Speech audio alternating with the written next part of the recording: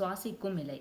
தேவையான பொருட்கள்: புதிய பச்சை இலை, ஒரு செடியுடன் இணைந்திருப்பது சிறந்தது.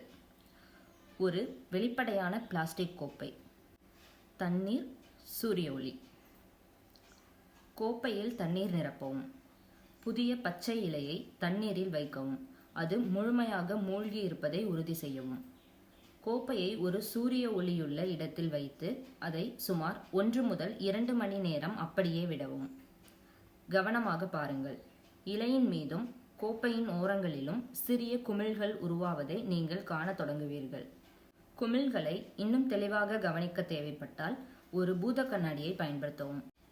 காரணம்: அந்த சிறிய குமிழ்கள் ஒளிச்சேர்க்கையின் போது இலையால் உருவாக்கப்படும் ஆக்சிஜன் ஆகும். இலைக்கு சூரிய ஒளி கிடைக்கும் போது அது ஒளி ஆற்றலை பயன்படுத்தி கார்பன் டை ஆக்சைடு மற்றும் தண்ணீரை உணவாக மாற்றுகிறது. இந்த செயல்பாட்டில் ஆக்சிஜனை ஒரு துணை பொருளாக வெளியிடுகிறது. இந்த குமிழ்கள் இலை சுவாசிக்கிறது மற்றும் ஒளிச்சேர்க்கை செய்கிறது என்பதை காட்டுகின்றன.